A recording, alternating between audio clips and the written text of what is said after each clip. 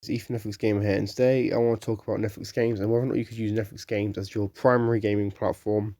Now, for those who don't know, with gaming, there are many different platforms you can choose from, both modern and retro. You got like Xbox, PlayStation, you got a load of Sega stuff they did decades ago, you got Steam, you've got Epic Game Store. There's quite a lot of stuff that you can do, at least where you can find games and whatnot. But some of the bigger ones in recent times have been iOS and Android.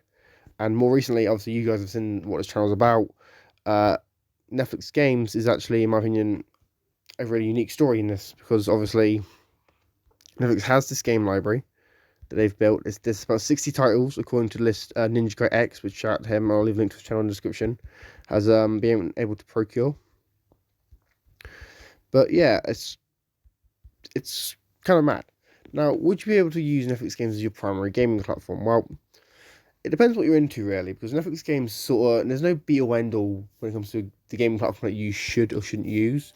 But with Netflix games, obviously, you get like Teenage Mutant Ninja Turtles: Revenge, you get Oxenfree, you get Dust and Neon, you get Stranger Things 1984, you get Stranger Things Puzzle Tales, you get Puzzle Gods, you get Layers Horizon, you've got World of Goo coming soon, and there's some pretty big titles for a service like Netflix games, especially when some of them are are mobile ports of console games, which to me is pretty impressive. As obviously Netflix games isn't really a major platform yet, and many people point out the fact that Netflix games is nearly a 2-year-old platform and isn't as big as say Stadia was when Stadia was on the market. But then likewise as well, Netflix has put more money into Netflix games, aims to obviously make it profitable and secure, and obviously invest in studios and whatnot. So they do seem to have more of a vision than Google did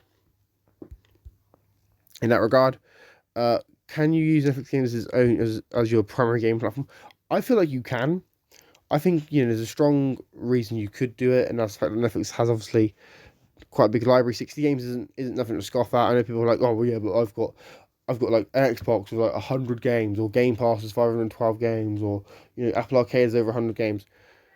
That's a valid argument. Those are valid arguments, and obviously you got to understand those platforms have been around longer than Netflix games. You also got to understand the fact that Netflix is making stuff in house as well, so they've got their own exclusives for Netflix games, which is pretty impressive.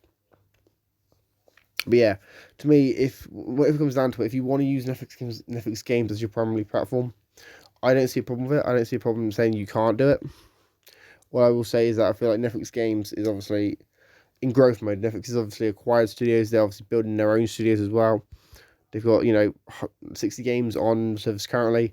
They've got plans for more games, at least another like 40 or so this year, which is all pretty impressive. It's pretty good.